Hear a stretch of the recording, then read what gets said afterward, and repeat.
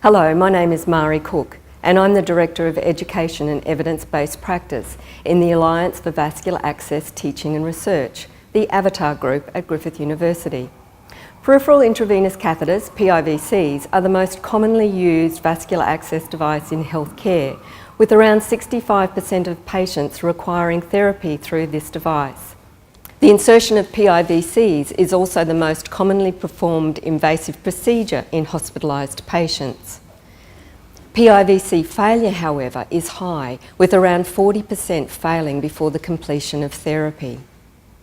Failure can be a consequence of complications such as occlusion, dislodgement, extravasation, phlebitis, or local systemic infection. Preventing these complications that significantly impact on patients, staff, and the healthcare system is important to the Avatar Group.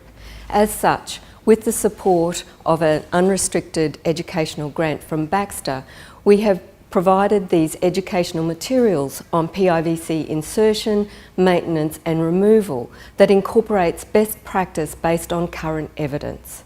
Reducing complications and failure will provide a much better experience for patients.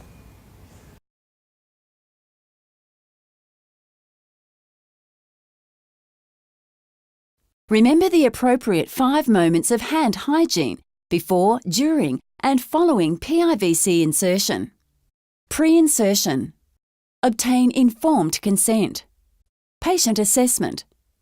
Consider patient factors: age, vasculature, individual factors such as mobility, obesity, skin integrity, neurological function, level of consciousness, lymphedema, renal fistula, and other potential contraindications to site and device selection. Vein selection. Full and bouncy on palpitation. Visible. Supported by surrounding tissues. Straight and free of valves. Consider visualization technologies to aid vein identification and selection. Site selection. Consider veins of dorsal and ventral surfaces of upper extremities. Cephalic, basilic, median, and metacarpal veins. Choose antecubital fossa or veins proximal to this in emergency for easy, quick access and suitable for large infusion rates. Routinely choose the non-dominant arm. Avoid areas of flexion. Avoid lower extremities. Risk of tissue damage, thrombophlebitis, ulceration. Device selection. Select cannula appropriate for vein size and desired type and length of therapy. Consideration to viscosity and desired rate of infusate should aid cannula size selection. A minimum of 20 gauge is recommended for peripheral parenteral nutrition in adults. Use add-on devices with luer lock design and compatible with administration system. Site preparation.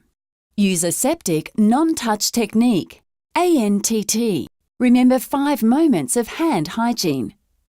Prepare environment and patient. Remove hair from insertion site using clippers if necessary.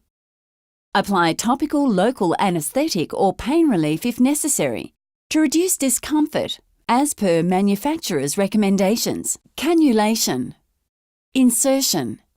Use aseptic non-touch technique, ANTT. Remember 5 moments of hand hygiene, especially in relation to the reapplication of the tourniquet. Clean skin with single-use application of 2% chlorhexidine gluconate in 70% isopropyl alcohol. Wear sterile, non-sterile gloves according to site palpation method or non-touch technique. In this video, sterile gloves are worn to allow vein palpation prior to insertion.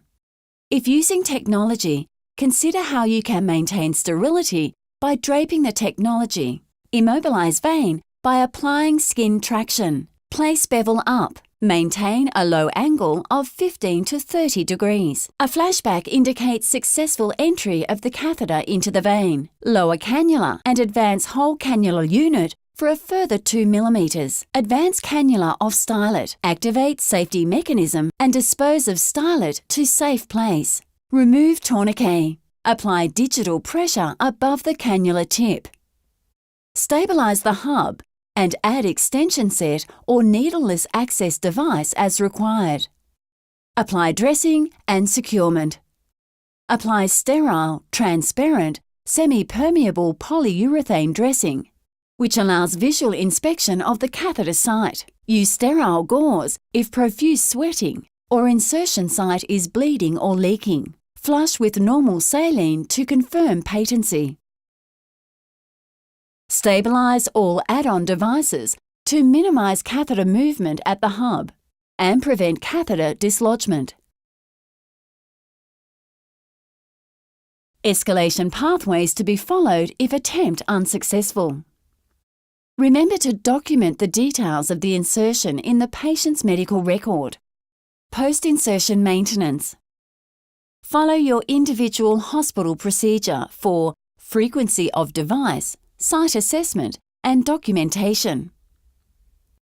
Assessment of complications: pain, tenderness, erythema, swelling, inability to flush catheter, hardened cord-like veins and infiltration. The most important predictor associated with failure found in a recent AVATAR trial is pain. Disinfection, decontamination of needless connectors. Flushing to maintain patency and pre- and post-medication infusion. Assessment of the integrity of dressing and securement. Clean, dry and intact. Catheter removal. Clinicians should remove peripheral IV catheters when they're no longer required and as clinically indicated or as required by hospital healthcare setting policy. The catheter site should be observed for 48 hours following device removal for post-infusion phlebitis.